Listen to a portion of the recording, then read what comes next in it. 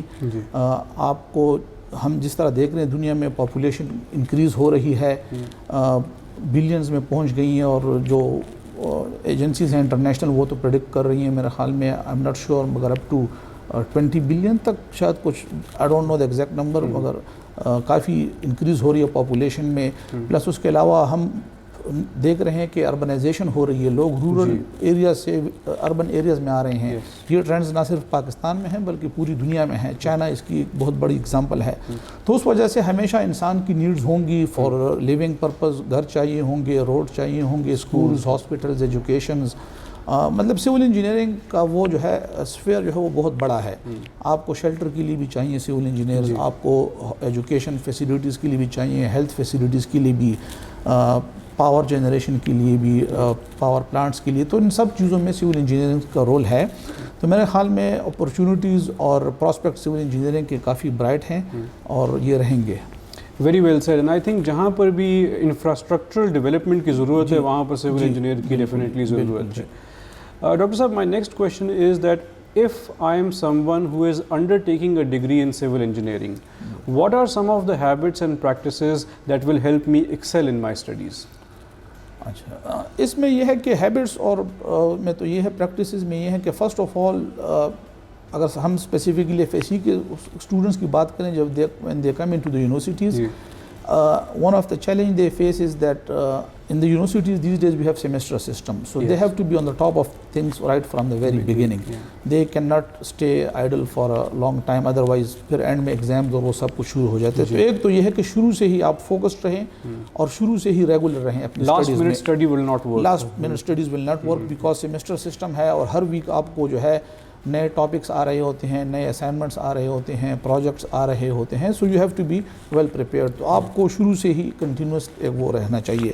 دوسرا یہ ہے کہ فار سول انجینئرنگ اسپیسیفکلی, چونکہ ہمارا کام جس طرح کہا میں نے موسٹلی پریکٹیکل ہے, تو ہمارا لیب ورک بھی انوالو ہوتا ہے, اس میں ہمارے فیلڈ وزٹس بھی ہوتے ہیں.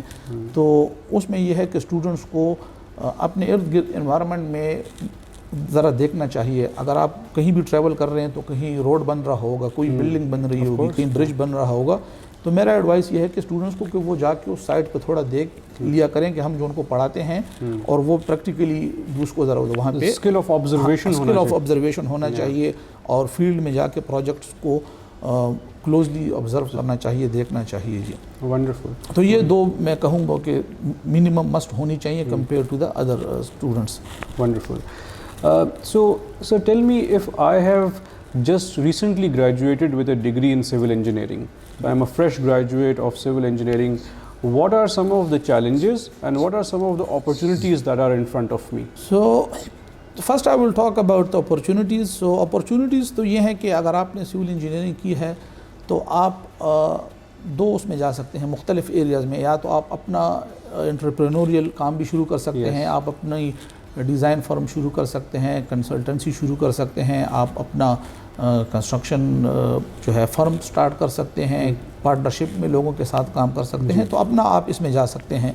اس کے علاوہ آپ جس طرح میں نے پہلے کہا کہ کافی ریکوائرمنٹس ہے سول انجینئرز کی بیکاز آف جو سچویشنز ہیں اور پاپولیشن انکریز ہے اور نیڈز آف دا سوسائٹی ہیں, تو سول انجینئرنگ کے پروجیکٹس اور وہ نئے آ رہے ہوں گے کمنگ فیوچر میں بھی, تو وہاں پہ بھی آپ مختلف اس میں جو ہے جا کے کام کر سکتے ہیں. تو یہ تو اپرچونیٹیز کے حوالے سے ہے کہ آپ کو جابس مختلف اس میں بھی مل سکتی ہیں اور پرائیویٹ سیکٹر میں بھی آپ کام کر سکتے ہیں, گورنمنٹ سیکٹر میں بھی کر سکتے ہیں. پاکستان کے لیے اسپیشلی ہمارے کافی انجینئرز باہر ملکوں میں جا رہے ہیں, مڈل ایسٹ میں بہت لوگ کام کر رہے ہیں ایز انجینئرز, اور ان میں ایک بڑی تعداد سول انجینئرز کی ہے جو کہ باہر جا کے کام کرتے ہیں. تو پراسپیکٹس جابس کے حوالے سے, اپرچونیٹیز کے حوالے سے کافی ہیں. جی چیلنجز وہی ہیں کہ آپ کو کبھی کبھی جو ہے ہارش یا ٹف انوائرمنٹ میں کام کرنا پڑتا ہے, کبھی کبھی آپ کو لانگ شفٹ میں کام کرنا پڑتا ہے. ہمارے کچھ پروجیکٹس میں یوزولی 12 گھنٹے کے شفٹس ہوتے ہیں. کچھ پروجیکٹس جو ہے اگر جلدی ان کو کمپلیٹ کرنا ہے تو ڈبل شفٹس ہوتی ہیں, اس میں نائٹ کو بھی کام کرنا ہوتا ہے. اور موسٹلی فار فلنگ ایریاز میں آپ کو initially beginning of your career you have to work in far flung areas. جی so those could be challenging for you.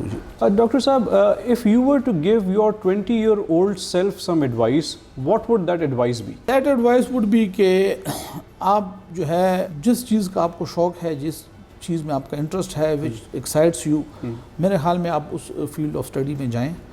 اور انیشیلی حالات آج کل چینج ہو رہے ہیں. جب ہم پڑھتے تھے, ہم نے اسٹڈی اسٹارٹ کی تھی, تو اس وقت جو تھے بس لمیٹڈ فیلڈز ہی ہوتی تھی. لوگ کہتے تھے کہ میڈیکل ہے یا انجینئرنگ ہے, اور انجینئرنگ میں بھی 2-3 فیلڈز ہوتی تھیں. تو چیزیں چینج ہو رہی ہیں, اور میرے خیال میں تو ایڈوائس میں یہ دوں گا کہ جو فیلڈ آپ کو ایکسائٹ کرے, جس میں آپ کا انٹرسٹ ہے, جس میں آپ سمجھتے ہیں کہ یو ول بی سکسیزفل اور آپ کا نیچرل اس میں تھوڑا اس کی طرف وہ ہے, تو آپ اس کو کریں. پلس اس کے ساتھ آپ جب ایک دفعہ ڈیسیجن کریں, you have to stick with it, you have to be disciplined, you have to be organized, you have to plan well ahead of the things. Then things will become much easier and smoother for you. Thank you. Dr. Saab, it is always a delight to talk to you. I'm sure that after this discussion, people will know a little more about civil engineering. Thank you very much for joining us. Thank you for inviting me. Thank you.